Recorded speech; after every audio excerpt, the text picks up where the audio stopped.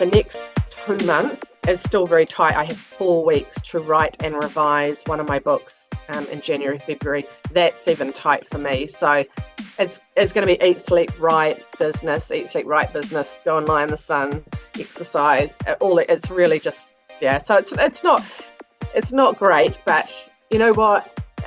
To get out of corporate, to live this dream life being a full-time author, it's been an investment and compromise, and I'm just fully grateful. So it's an evolution to getting to that point of balance. Welcome to the Stark Reflections on Writing and Publishing podcast. There has never been a better time for writers. More information, options, and opportunities are available to you, but navigating these requires insight. Join Mark Leslie Lefebvre as he draws upon more than a quarter century of experience as a writer, a bookseller, and a trusted book industry consultant to explore and reflect on the writing and publishing landscape to help you make informed choices on your writer journey.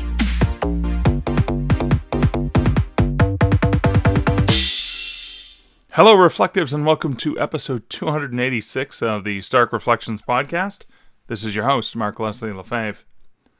In today's episode, I have an interview with Juliette N. Banks, who's a best-selling wine author who writes steamy, contemporary, and paranormal page-turning romances.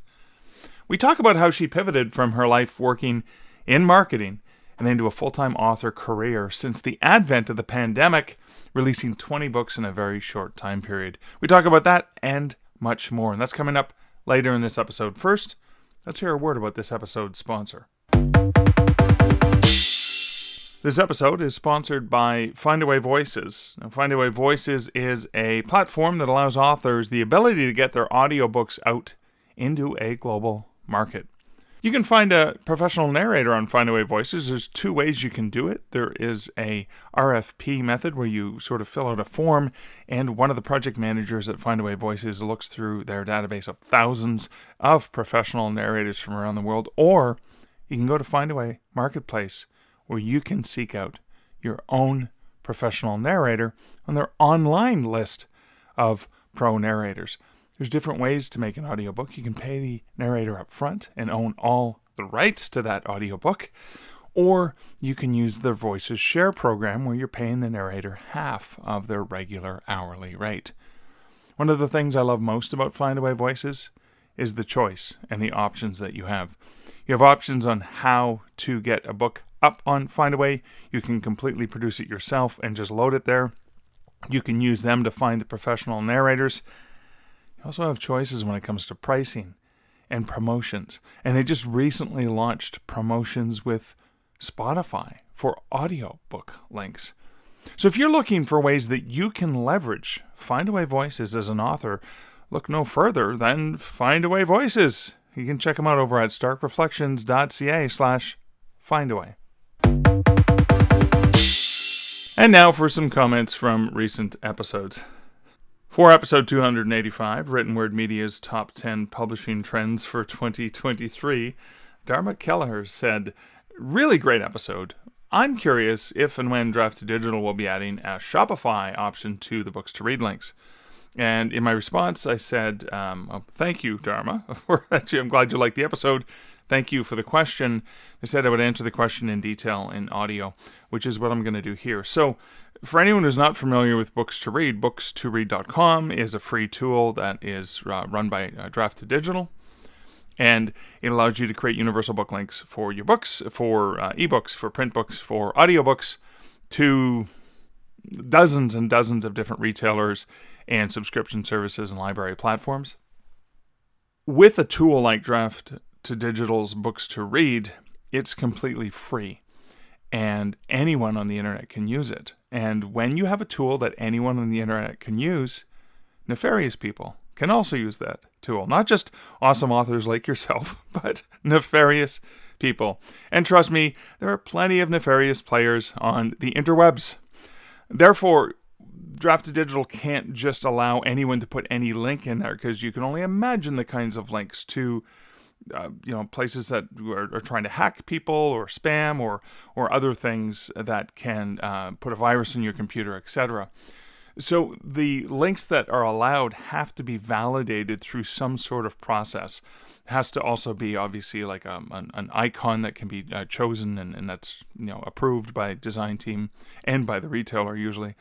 And again, it has to be a recognizable pattern so that the system can go, yes, this is this store, because we know the pattern for eBooks on this store. Oh, it's not just the store, but it's the type of format, right? This is a print book on Amazon. This is an ebook on Kobo. This is an audiobook on Nook. Whatever the case may be, that validation has to happen. And we can't just open up the tool, as I said, because of nefarious players. Now, that being said, there's a ticket in play that will probably be worked on sometime in 2023. I can't tell you when, because the development team is up to their eyeballs in thousands of other tasks. But that is for adding Shopify type links, and even links where authors can just put in a link to their own website. And that a whole new process has to be added. A whole new functionality to Books to Read has to be added to actually have verified, validated accounts.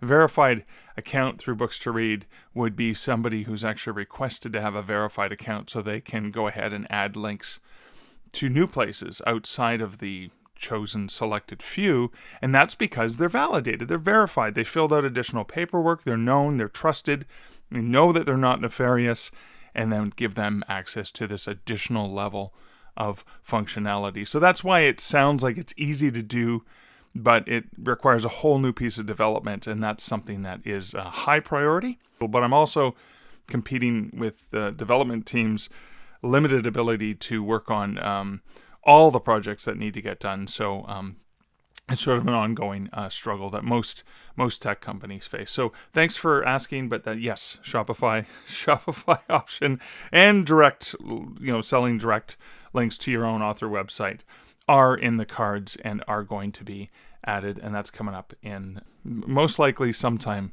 in 2023, which is the best estimation that I can provide at this point. And over on Patreon, for a post that I shared, the video of the pseudo-write walkthrough with Elizabeth Ann West, Edwin Downward commented, "Your comment on the latest Stark Reflections about not wanting to scare us writers about the subject of AI hit me in an unexpected way. I've long since recognized how a slower writer like me has no chance of competing on volume of work generated in terms against the once-a-month set that already exists. AI doesn't change that core dynamic all that much. To paraphrase Juliette N, all I can do is find my way to surf the wave while doing what I'm already doing to create my little niche of this world."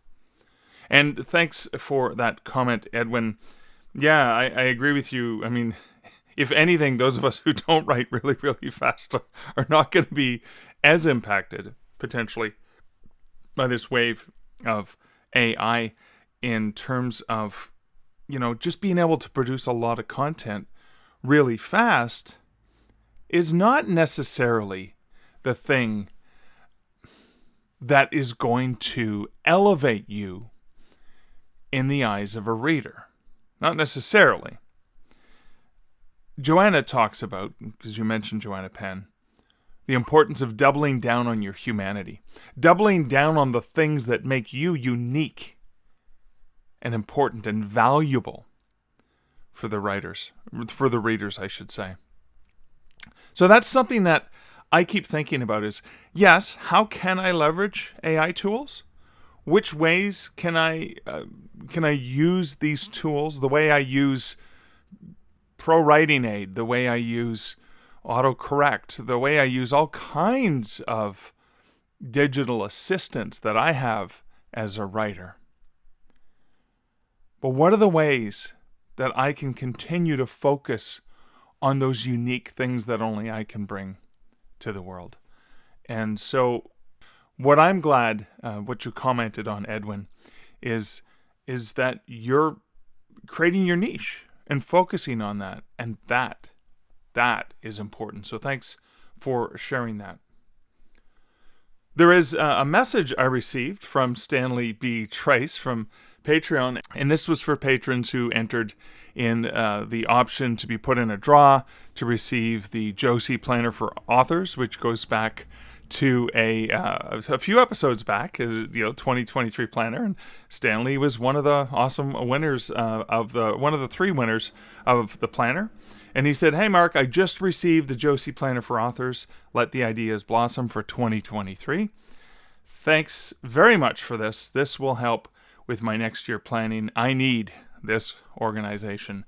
And I'm so glad, Stanley, I've heard from you as well as a couple other people who've received the planners, and it's so cool. I'm glad you guys are making use of it. Now I have to admit something. It's December 12th as I'm recording this, and even though I bought one for myself, I was away. I'll talk about that a little bit in a brief personal update, but I haven't even put a scratch in it with a single line of my pen. I have not yet used it, but that does not mean I'm not going to, or that I don't have plans to sit down and see what I can get done there. But thank you so much for that. Now, speaking of patrons, I believe I'm behind in welcoming new patrons to the podcast, and I do want to welcome new patron Dharma Kelleher, who's joined the team of people who support this podcast over at patreon.com. Welcome, Dharma, and thank you so much for joining, and thank you to all of the patrons who support this podcast over at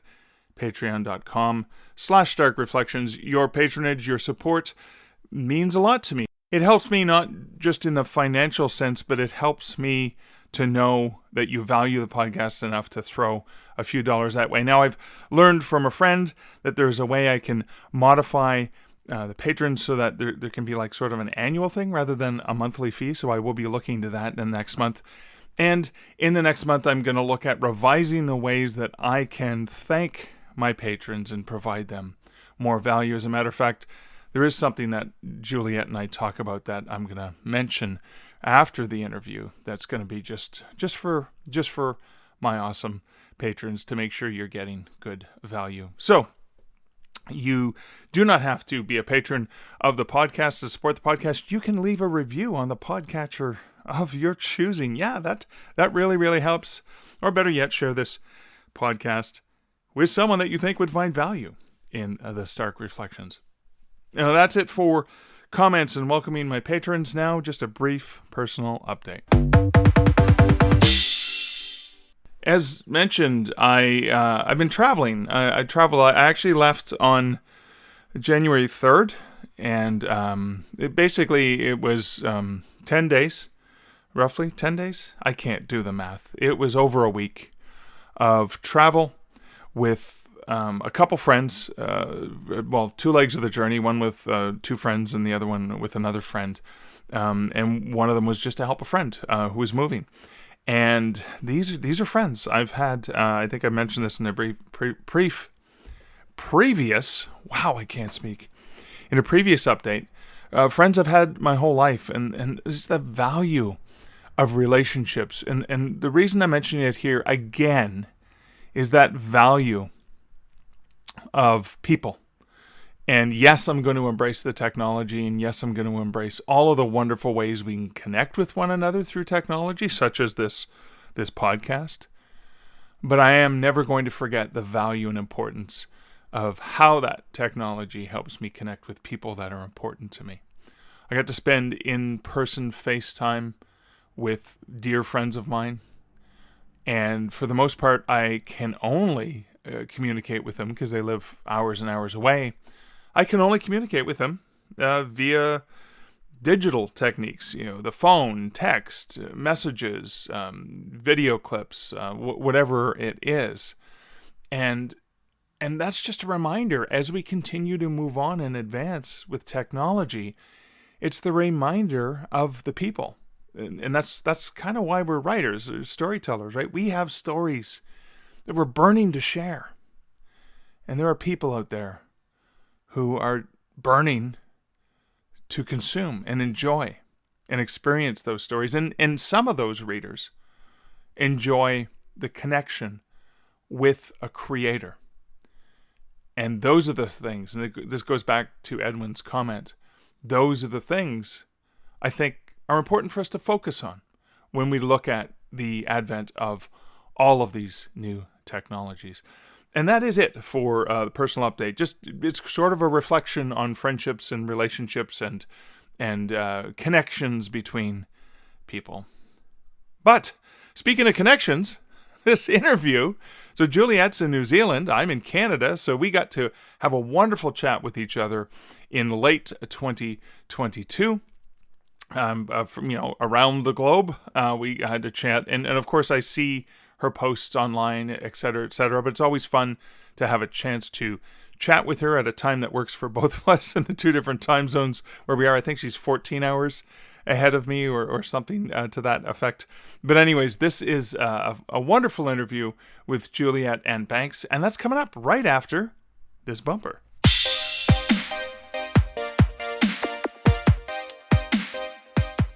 Juliette, welcome to the Stark Reflections podcast. Hi, Mark. Thanks for having me. It is so wonderful to talk to someone in the future because where we're recording, it's Sunday for me, but it's sunny Monday morning for you, right? A sunny Monday morning, finally, in Auckland after 1,000 years of rain.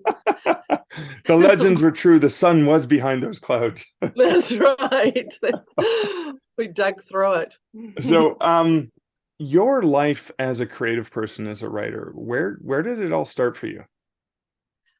I never have a good answer to this, truly. I feel like I want to say the old, I've always written, and that has been true. As a little child, tiny little child, my parents collected my little ramblings on paper. But I think as a marketer, I've got a corporate background in marketing over the last 33 years, and writing has been a part of that, whether it be copy, content for digital content, advertorials. I mean, it's just writing has always been a part of my life.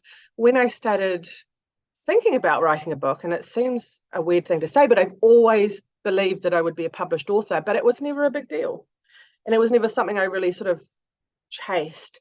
And then in 2012, when I was the marketing manager for the SPCA, which is for your listeners that don't know, the animal welfare charity, I ended up writing a book, which was basically a PR campaign, and Random House published that for me. So that was an amazing moment for someone that was 2012, right?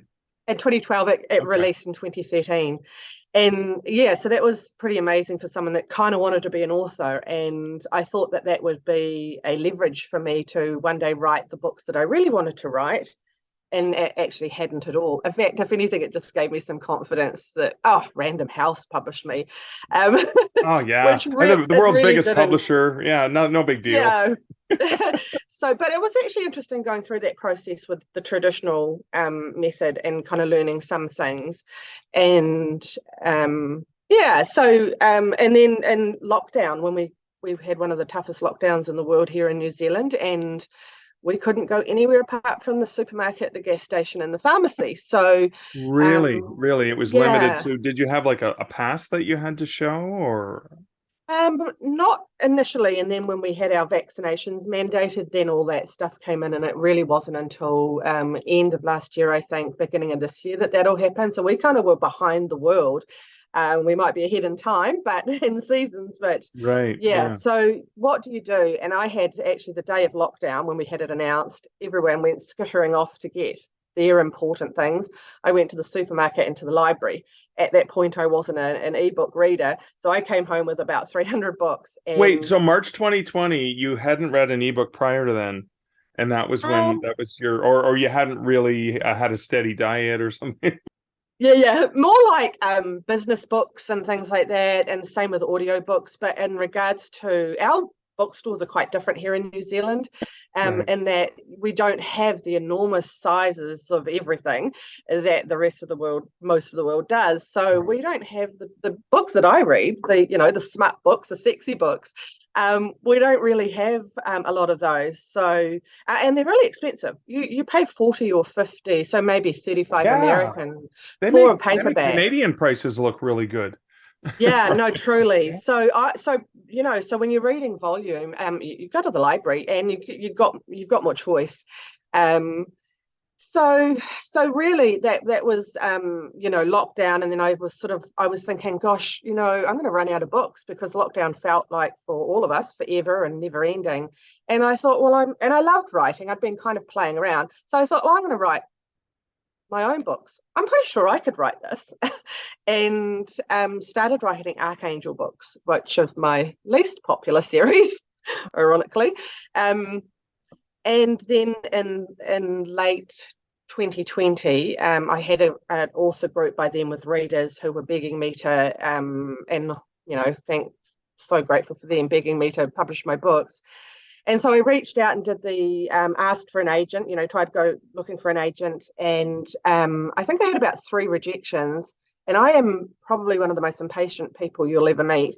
I was like, bugger this. At the same time, an amazing indie author had given me an hour of her time. And that's when I learned about Wide for the Win, Drafted Digital, and this whole world, which then became this enormous learning curve.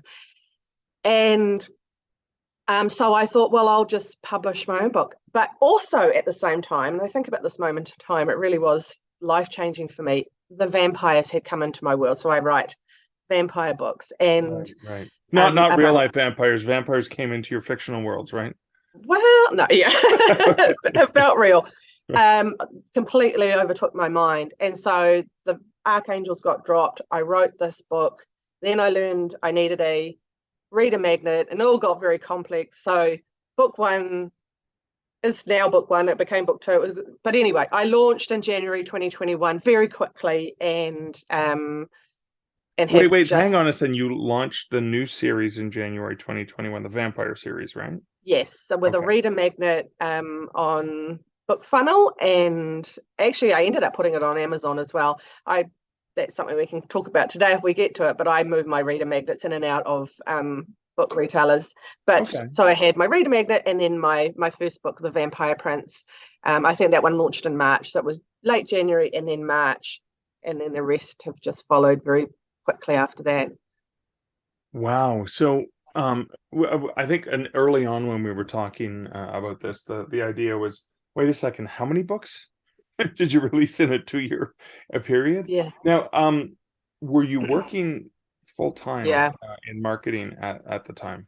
Well, not full time. I for the last 5 years I've worked 4 days a week. But it's been a full-time job, just squeezed into those 4 days, because I always wanted to have my own business and I never knew what I wanted to do. Right. And frankly, after 30-something years, I was really over working 5 days in corporate. And because I had sort of jumped up the scale of income, it allowed me to have that flexibility. So I have been investing in myself, and that's what I thought of it as. Although some days I would just go shopping, to be fair, because I was like, I don't know what I want to do. So then once I knew what I wanted to do, I was, very, very committed. Although, to be fair, it is a lot writing that quickly and working in corporate. So sometimes the Friday was a literally collapse day. And then Friday night, Saturday, Sunday, I would be writing and doing the business stuff. So wait a second. I just want to go back and look at this in more detail. You moved your full-time work week to 4 days so you could have all of Friday and the 2 days of the weekend, and you just did as much actual writing as possible. This wasn't marketing and publishing and learning about the business. This was digging in and just getting words down. No, it was a bit of both. I guess my life, I'm not married and I don't have children. So, and we were in lockdown, so there was no social life. Kiwis, we had what we call bubbles in New Zealand. It was whoever you landed with in March of 2020 was who you had in your life for a number of years. And for the New Zealanders listening, of course, that's not true. We went in and out at times, but you were still very limited. And I was already deep in the world of learning. You're right, there's so much to learn. I mean, I've worked across dozens of industries in my career. So I guess my mindset was able to be more flexible. I was already in... and I was contracting because I actually got made redundant right at the beginning of COVID as well, which was a stress in itself. Whoa, really? Through a legal process. And that happened quite a lot in New Zealand. I don't know about the rest of the world. Yeah, so it was all very slow in 2020. I was just sharing, content with readers for free and getting their feedback. And it was a great year of... Oh, and that was how they demand. I thought when they were demanding more books that they wanted the next book in the series, but you were like Andy Wearing it, just sharing it openly. Yeah. Okay. It was quite risky, like I think, I was sharing with, I had 200 people, but and they're still loyal. All of them are still in my group now. They were my cheerleaders. Wait a second. You were giving work away for free at the beginning, probably getting feedback, cutting your chops. And then those people went on to pay for your... Okay. Someone said to me, they won't stick around. And I'm sure there was a small percentage that dropped off, but I can see my numbers, the original members in my group now, which is, I think, about 1,500 in there now. And there's a huge amount of them that are still in there, and they do pay. Sorry, this group, is this an online, like a Facebook group, or is this my Facebook readers group. Yeah. Okay. My private one. And it's just a readers group just for people who read your fiction. Yes, and I mean there's authors in there, there's friends in there, and so on. But predominantly it's the raving fans, as we call them. That's a sort of marketing term. I'm sure some of your listeners know that one. So they're the raving fans, or the curious. And if there are people that, of course, that want the freebies and so on, but that's part of the whole spectrum. So I would share a couple of chapters at a time as I was writing it, and these were the Archangel books. And then when I launched, they were buying up the books, and they still do today. Okay, I love that. Yeah. And then when you migrated to vampires, was this how did that work with your audience? Like, were they anticipating it because you were sharing what you were working on, or was it sort of a surprise? Wait a second, where are the archangels?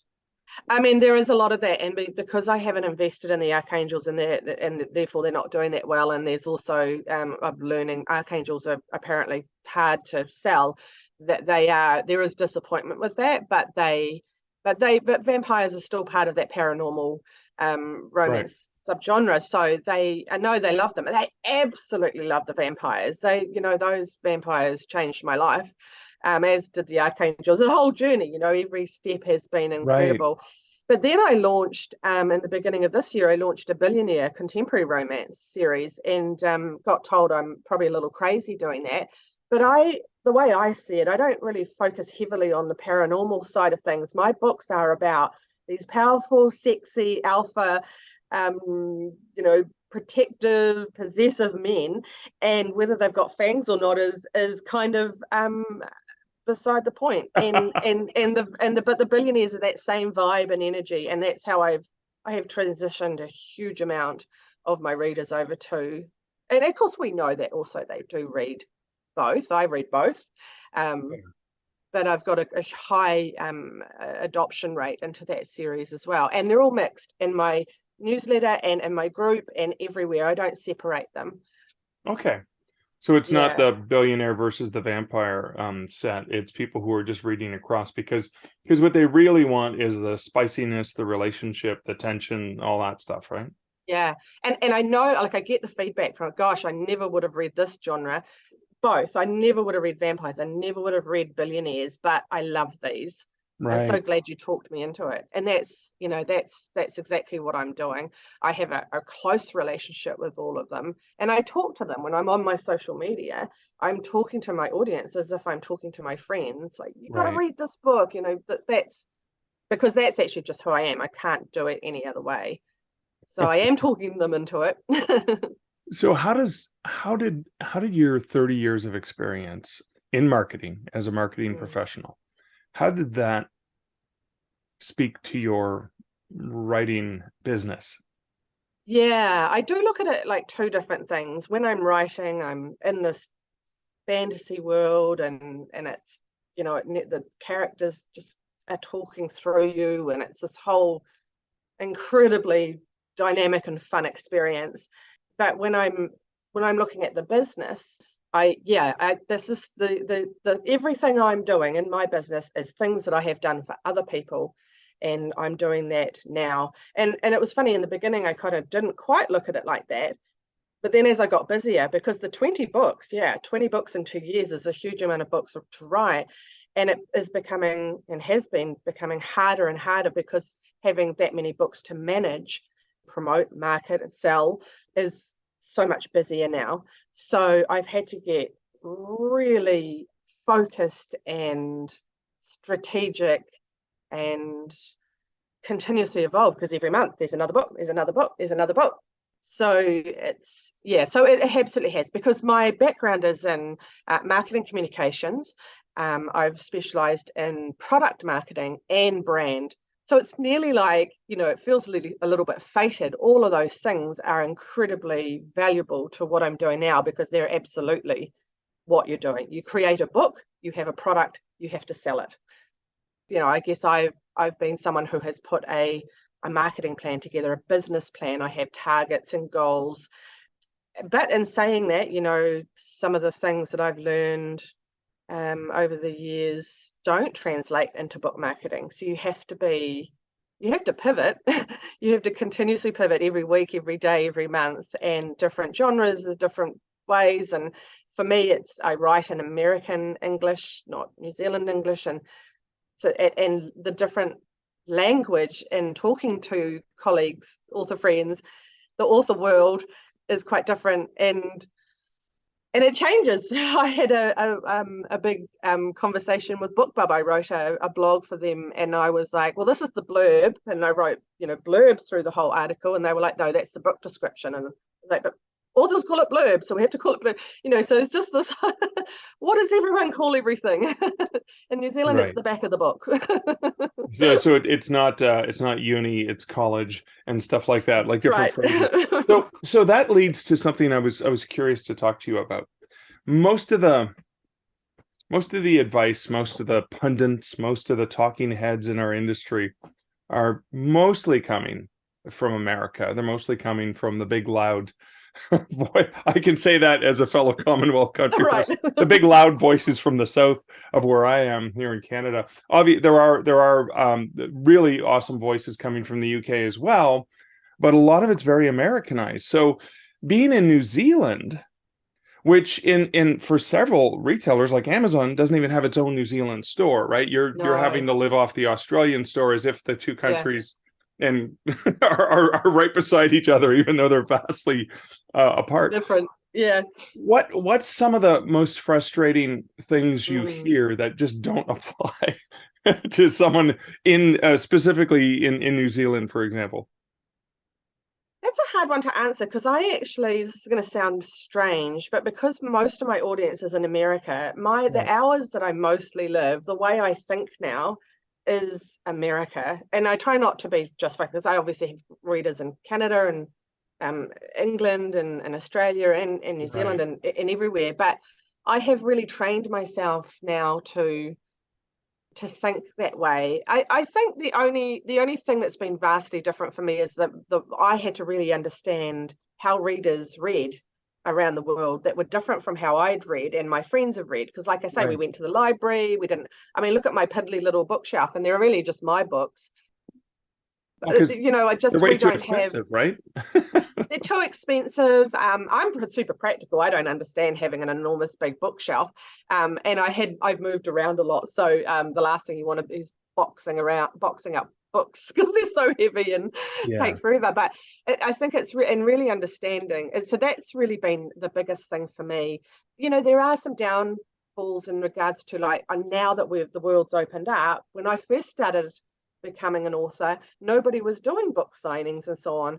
Now, for me to go to a book signing, it's going to cost somewhere in the vicinity of $10,000 as a starting point, because flights to get to America return will be in the 65 cents to the dollar for American dollar right now, if anyone's trying to convert that. So wow. So just to land and get there and have accommodation, and then that's then you've got to buy your books and the table and the merchandise that you're taking and so on. So that's so I've been asking the question, what is the value of going to book signings? And everyone's like, well, you connect with authors, and that's great, but at this point in my career, all my investments going back into growing and developing my Right. business and learning more. So I think I have said to readers I will go next year in 2023, but I'm not sure that that's something I will get to do. Also, when you're publishing a book a month, just about, Yeah. when do you go? So So let's talk about that volume. How many books ahead are you, or are you at any point in time? Like, did you write a whole bunch of stuff and then have a bit of a buffer to release them, or is it very much I gotta get it yeah. out, gotta get it out, gotta get it out? Or, I mean, if you travel for three weeks, because again, it's not like you're going to travel for a few days. Just Right. even to go to Australia, which is your neighbor, is going to take a significant amount of time back and forth, right? Yeah, I actually have a schedule right through until September next year, that is Next year. basically, Okay. all pre-orders are actually up and locked in. Wait, you have the So pre-orders up, assetless yeah. pre-orders, probably. I'm assuming. What, sorry? Assetless pre-orders, meaning they're not edited and ready to go, right? Okay. I am working on a book right now, which is going to the editors on the 15th of January, and it actually launches on the 31st of January, and Whoa. it's tight. So this is how I work. So yeah. Your editor's fast too. When you think about that, like, because the editor must have it maybe a week, and then you've got maybe a week or less to get everything cleaned up. And wow. Everybody that works in my business has to work fast with me, and I have just been working with my designer. I think we've done. Oh, actually, I just did just about every one of my covers. Some with just little tweaks, and that's all going live over the next 48 hours everywhere. But so I write the book between 3 and 4 weeks, depending on the word count, and then I revise for 2 weeks. And then it goes straight to the editors. It comes back within 7 days. We do a quick proof once I've gone through it, and I do it immediately. When it comes back from the editors, I don't care if it's 5 in the I'm 5 in the morning. Hopefully, I'm asleep. But if it's 10 in the morning or it's 8 o'clock at night, I am in that book and I am going through it. And I write very clean now, so it's generally pretty quick. Right. Get it back. They do a proof, and then I am loading it.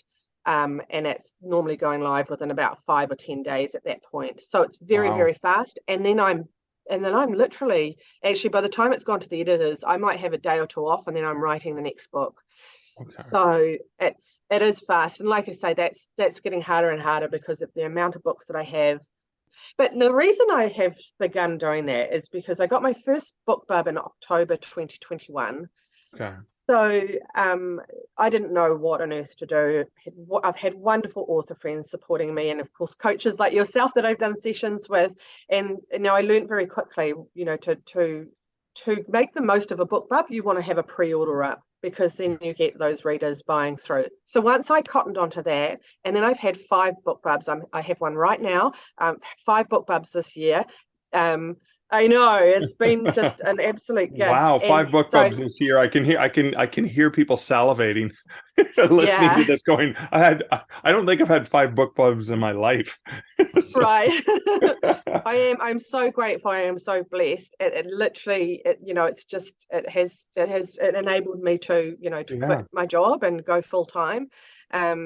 But it's also changed my business model, because I've had to go, right, okay, I need those books up. So I have, quite a lot of investment from readers in those pre-orders over the next 6 to 9 months, because there is a lot of, now that has backfired on me a little bit, because my focus has been on my pre-orders, and that's my launch phase, as I go pre-order, and I launch, and I'm in the next book.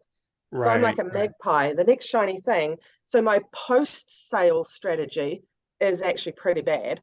So this, and that's only something that I've really been thinking about the last few months, because I'm working so fast, I'm learning so fast, and having to, like I say, pivot really fast.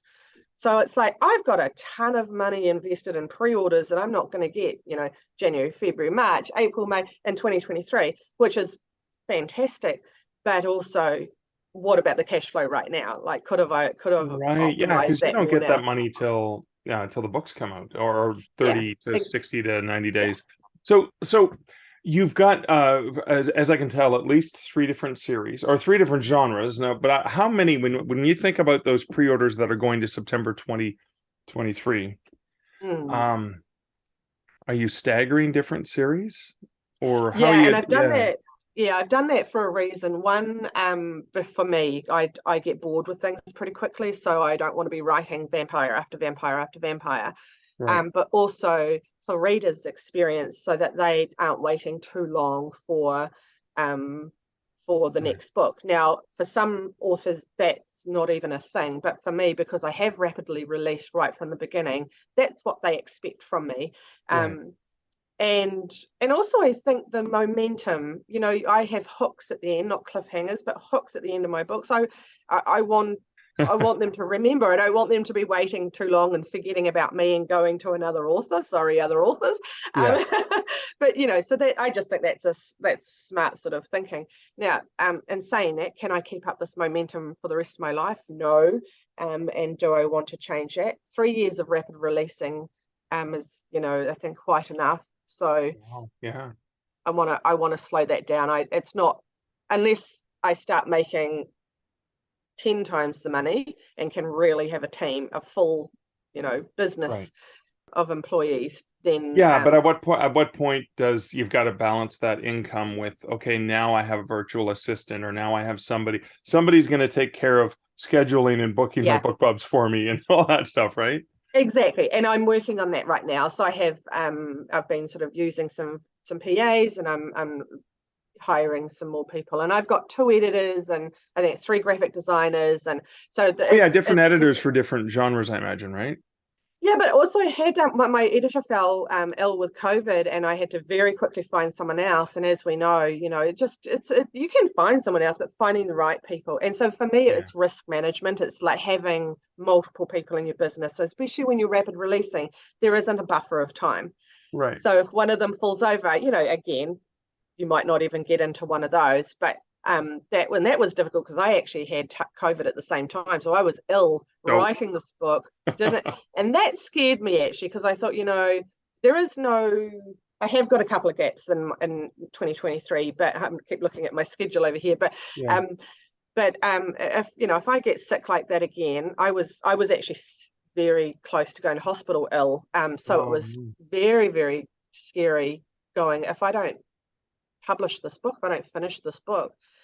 Yeah, so that's something that's also on my mind. And so now, yeah, I'm not working in corporate, but it's very much, I've had to change all my pre-orders. I had a couple I had to shift around because of COVID, and Right. thankfully Amazon are a bit flexible. So the next 2 months, even though it's summer here, is still very tight. I have 4 weeks to write and revise one of my books in January, February. That's even tight for me. So Right. it's going to be eat, sleep, write business, go and lie in the sun, exercise, all that. It's really just, yeah. So it's not it's not great, but you know what? To get out of corporate, to live this dream life, being a full-time author, it's been an investment and compromise, and I'm just fully grateful. So it's an evolution to getting to that point of balance. I love that. Now you mentioned risk management earlier, and I want to dig into that, because I think if I'm remembering correctly, you started publishing wide, and for the most part have stayed Yeah, wide from and yet have earned enough to in 2 years yeah. to leave a corporate job, Yes. which is kind of you hear a lot of people who are exclusive to Amazon, because I imagine the majority of your sales are probably coming from the US. Yeah, I think it's about 85% is US. Okay, but you are publishing to different platforms. You're selling direct as well. Direct with Kobo, Google Play, Amazon, and I will be moving to Barnes and Nobles. Right. Apple, I understand it's better to stay with Draft to Digital. So Right. No. I meant, are you selling direct on your website, like to consumers, or oh not? no, that is not something that I have done, and probably because I'm not really au fait in how to do that. So anything that is just taking too much of my, I need to go and learn and investigate. Right. Yeah. I'm really putting that on the back burner right now, because it's just getting through these. Right, Yeah. because you've already got the volume from, and I imagine from let's say the 5 major retailers, you're probably getting enough volume from those retailers that selling direct is potentially, that's a few years down the road that you'll be able to spend time on that. I mean, so I had to hit 5 figures before I could leave corporate, because that was what I was getting in the corporate world and the cost of running the business. So that's really my focus. And so trialing other things is not really, I'm not there yet. It's about, working that backlist, keeping that income up, increasing it. So like you say, I can get that, team on board and so on. I have got one book on Radish, and that's another thing I need to get some time to do. One book, not one series, right? One book. I had a little bit of a problem loading the second one, and then COVID and so on. And so, I think I understand my books being super steamy will do quite well on there. So that's something that I want to do. And then I'm looking at going, okay, is it translations? Is it audio? What's the next step? So those sort of things are more my focus. I do have an interesting opinion about selling direct. I think that to sell direct on my website, I have to then start driving traffic to it. And that is another sales funnel altogether. The sales funnel I have right now pushes out to the book retailers, and they grow their audience. Same with BookBub. BookBub might be it's a media company, but it's kind of a retailer in its own way, in a sense. Right. Well, they have readers who follow, right? Yeah. Yeah. So it's, for me, it's it's an audience platform, and so selling direct on my website and I'm sure some people are nailing it, but for me, it's not in my strategy right now. Well, yeah, it's your focus is, okay, I'm building readers on Amazon and Kobo and Apple and Barnes and Noble and Google. And those are the 5 main retailers. So I'm building my audiences there. Yes. And we're collaborating in a really good way. Things are working. If you were to take a whole bunch of energy and try to drive people to your website, that's a whole new business model. I mean, that again, based on your timeline, probably you have to go, wait a second, that'll take away from my ability to keep pushing this, right? And what I do spend time on is, what do I need to do to my books to make them BookBub worthy? Because honestly, the gold is, look, I'm not very good at CPC ads. I'd love to nail Facebook ads and get into Amazon ads, because I know they're an excellent strategy. I am, like I say, I'm not a detailed person. I'm impatient. I want results immediately. So I try and make life easy. So for me, what I do know about my skills is that I understand consumer behavior. I'm visually really creative. I've worked with, as a marketer, selling products that are on a shelf, for many, many years. So I look at my books, I look at my covers, I look at my blurb, although they definitely need some work. And excuse me, and I'm looking at the market. What are others doing? And the other thing that I don't separate indie and traditional. Because here's my analogy for this. When you walk into a supermarket, you don't walk in there and someone says to you, would you like the big corporate bread, or do you want the small baker down the road? You are walking into a store where, suppliers of all sizes are all in the same place. And that's the same, like before I was, and maybe it's great that I've had nearly 50 years of being a reader, and, and because I just go, when I go online, we're all bundled in and we're all just one big soup. So I need to make my book look like the best that I can possibly be. And I think that's allowed me to get those BookBubs.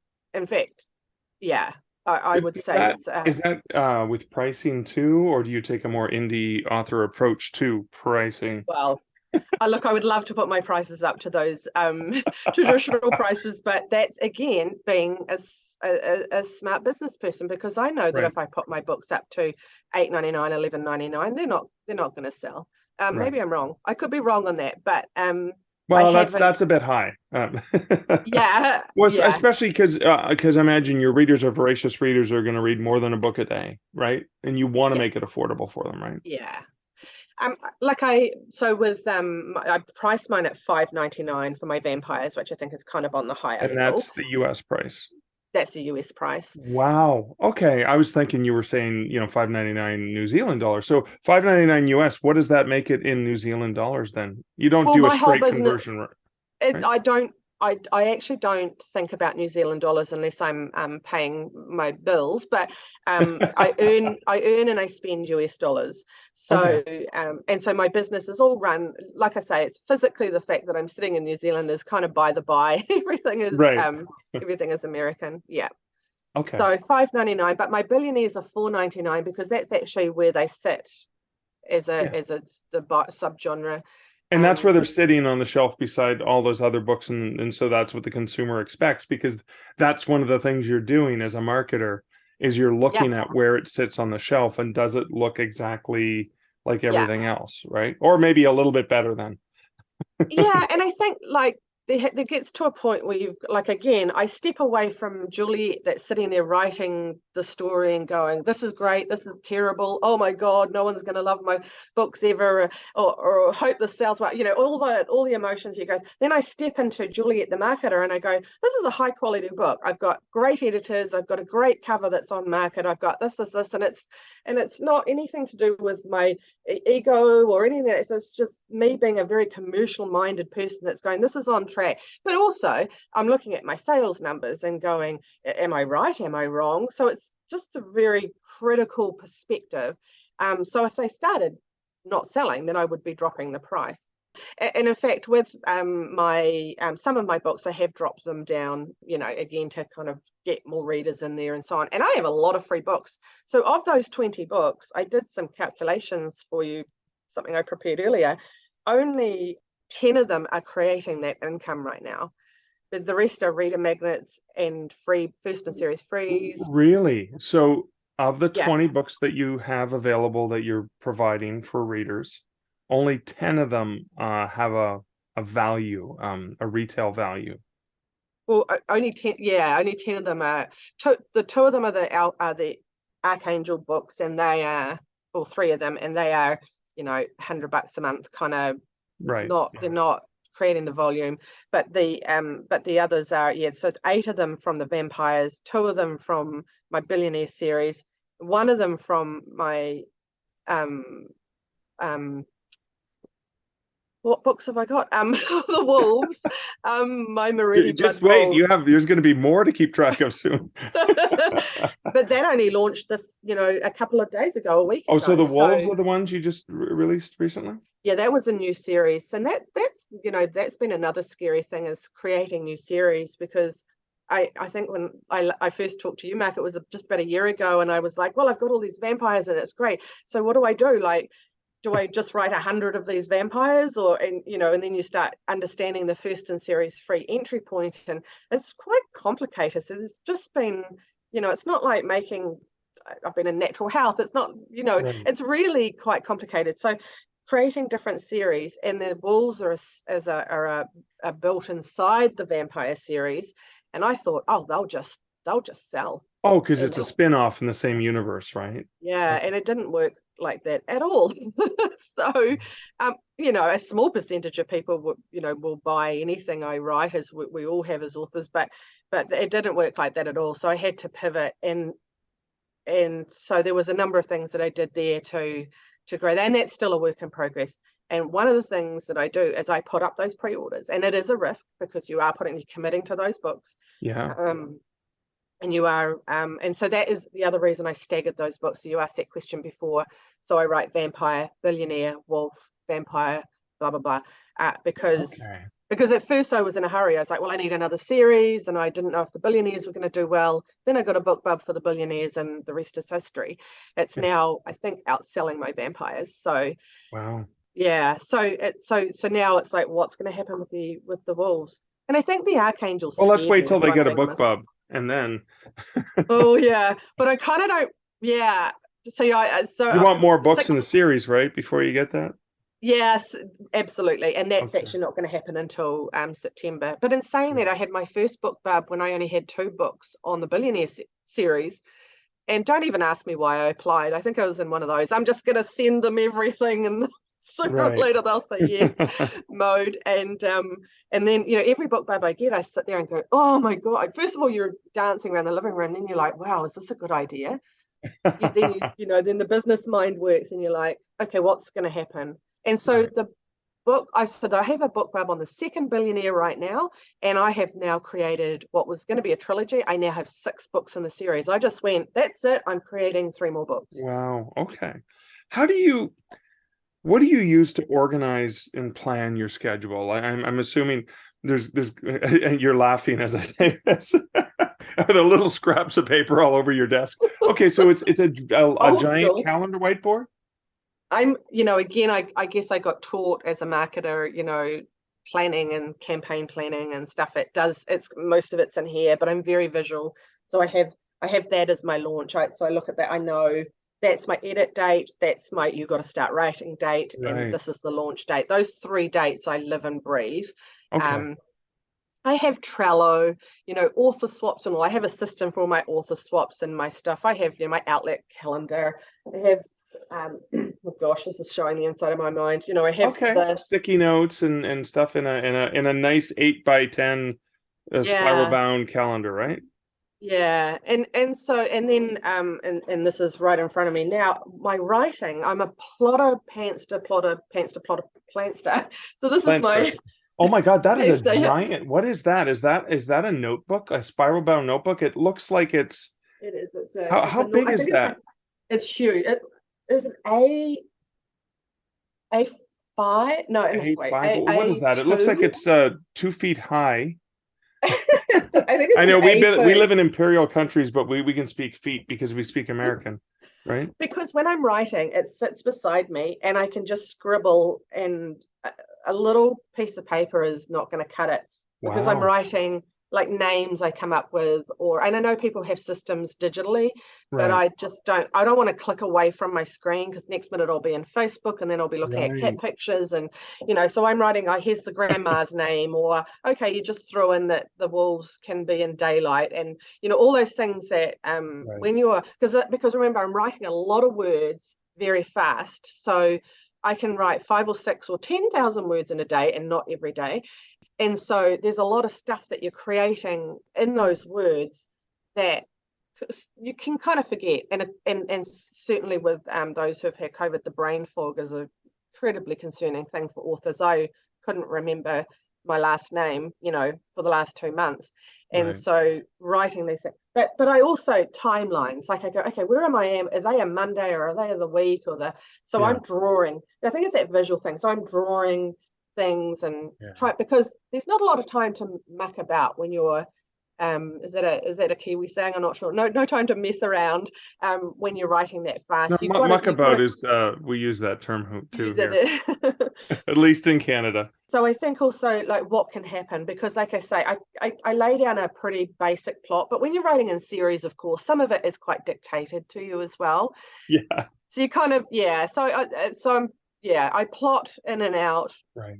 And I'm learning as a writer. I mean, even though I've written 20 books, I'm still learning. I mean, I'm kind of one of those people who just does things, and I don't really like rules. And so I try not to even learn the rules because I think it kind of can hamstring you a little bit. So I honestly, my first book, I didn't even know what stakes were. I just wrote the book. I don't know. I don't even know how I do anything, honestly. Well, I mean, I think something is said for having read a lot, because you've consumed so many stories. So sometimes that can come naturally once you get it. It's part of you. Yes. You just get it, right? Yeah. Okay, so as we're getting near the end, what is something that you would like, either beginning writers or writers who aren't yet where you've gotten to? What's some advice that you'd love to share with them? Honestly, I think know what your skills and abilities are and know what your weaknesses are, because then you can go and find somebody else to do it or learn. And I think the best way if you want to grow fast and effectively, use coaches. And I say that as somebody who obviously uses author coaches, but also have used coaches and been a business mentor myself for over 20 something years. And it's a well-established mindset that if you want to move ahead faster, you go to the people who are doing it. Our mums, our best friends, our author friends can all share and give us great advice. But I think when you're sitting down with someone that you've paid for and they are being paid for, they're focused purely on you and your business and your books, and they can tell you what others won't. And it's hard to hear. It might be great to hear, depending on what topic you're talking about, and then take those things away and action them. You're not, you don't have to action everything. Everyone that I've talked to, I've gone away and gone, okay, how does that feel? Is that right for my business? Is that right for me? Is that something I want to do? But then I go, right, I've got to try things, and don't be afraid to fail, because my archangels are heartbreakingly failing. Oh well. But I think the best that's truly, I believe, how, apart from my 30 years of marketing background, but I didn't come at it and go, well, I've been a marketer, so I know it all. I knew nothing. Right. And I had to learn. So yeah, and I think the last thing I would say is, don't compare yourself to anyone else. Every author has their own journey, and sometimes I've gone, oh, but they, and I get off track. It takes you off the track. So just get back, get focused to what you're doing, and keep doing that. And I think you just, everyone's got a different timeline. Becoming a full-time author is not everybody's goal. It 100% was mine. So that. Don't write 20 books in 2 years if you don't want to, there is compromise. Yeah. And I think the smoke and mirrors, don't be dragged down by that. Get real, ask questions, reach out and ask authors. It's that would be my advice. Awesome. Thank you so much. Now, where can my listeners find you and check out your books online? Yeah, so www.juliettebanks.com is my website, and I'm on Instagram and Facebook predominantly. So Juliette N for November, Banks is my kind of handle or tag or pages. And jump in my group if you'd like to see all the sexy pictures in there. Awesome, Juliette. Thanks so much for hanging out with me today. Thank you for having me. So the one thing I wanted to focus on or reflect on from this conversation was, I want to go back to the 200 or so people that Juliette had in her private Facebook reader group. And she was working her butt off to produce books. Not working to produce the books and get them edited and get nice cover design and get them published, but working on them to release to a very small group. Well, 200 is not a very small group, but in the grand scheme of things, it's a pretty small group of people. Not for any reward or sales or money that they were giving her, but for feedback. It was, hey, let's see how this works. How do these people react? How do they want more?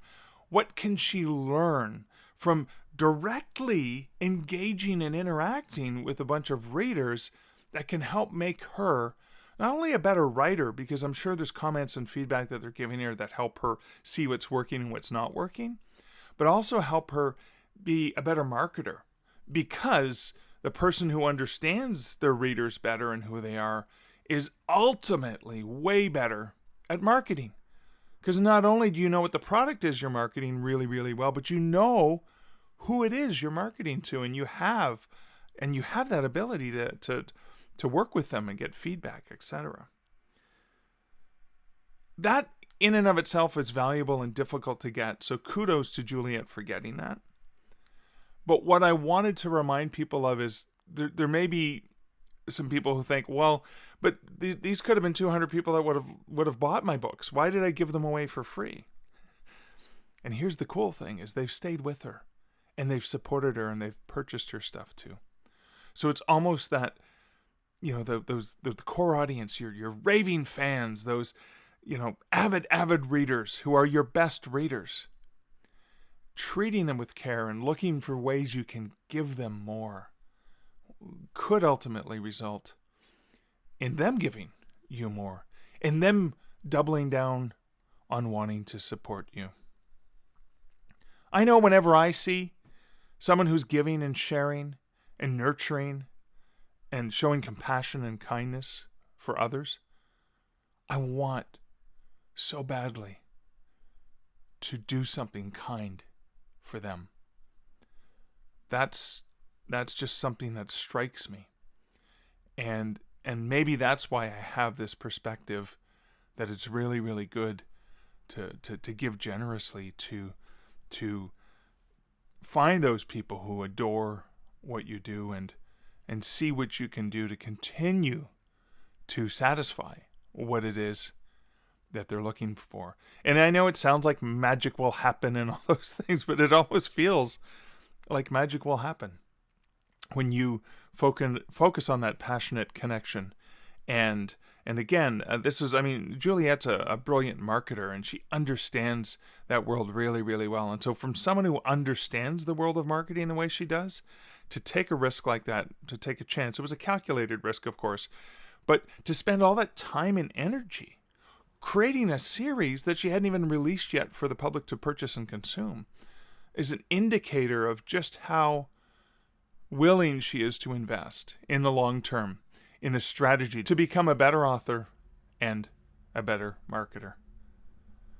Now, those are just two of the things one of the things that I thought was really cool in the interview. If you have things that you picked out from the interview that you'd like to reflect on, feel free to share them. You can share them over at starkreflections.ca for the episode. You can email me, mark@markleslie.ca. You can at me on Twitter at Mark Leslie, and I do love hearing your thoughts and your own reflections of the things you're learning as you're learning alongside me as I'm continuing to learn from the awesome guests that we have on the podcast. I have lots of interviews in the queue, and now I'm at a point because, I'm a procrastinator. I'm always a last-minute sort of guy. I have so many interviews in the queue that I normally don't have. I actually have more than a month worth of interviews in the queue and more interviews coming. And one of the challenges is I'm not necessarily releasing the interviews in the order they came out. I'm trying to release them in an order that seems to make sense for me. Kind of like when I make a mixtape. I'm of that age. When you create a playlist, sorry to speak to the younger generation, and it was always a story for me. I wanted like a hard-hitting, fast song to be followed by something a little bit mellow, potentially to try and balance it out as I go up and down in the rhythms of etc. of the whatever story I'm telling in a particular playlist. And sometimes a couple songs go well together because they sound very similar. There's something complementary about them, but sometimes one of them is put there to create a contrast with the other one. And I'm kind of sort of trying to do that with the podcast, is trying to go, okay, I've got this perspective here, now I want this other perspective, and now I want this other perspective. And every once in a while, of course, when I'm on the road, I just sneak in an episode I hadn't been planning because it just worked out more easily for me. So I surprise myself in that planning as well. I hope you are enjoying the way that I'm telling this ongoing story in the podcast. But it is now time to bring this particular episode to a close. As mentioned prior to the interview, Juliette talked about this article she had written for the BookBub blog. It is an article that's titled How I Maximize My First Featured Deal. And there'll be a link to that in the show notes over at starkreflections.ca, along with links to other things mentioned in the episode, including Juliette's website. But for my patrons, I'm going to read that article, and that will be in the Patreon feed within the next few days. So if you're listening to this episode right away, it may not be there immediately, but it should be there within the next few days. So that's it for this episode. Thanks, as always, so much for joining me. Until next week and next episode, this is Mark Leslie Lefebvre wishing you great writing and good Stark Reflections. Thank you for listening to the Stark Reflections podcast. You can find show notes for each episode at starkreflections.ca.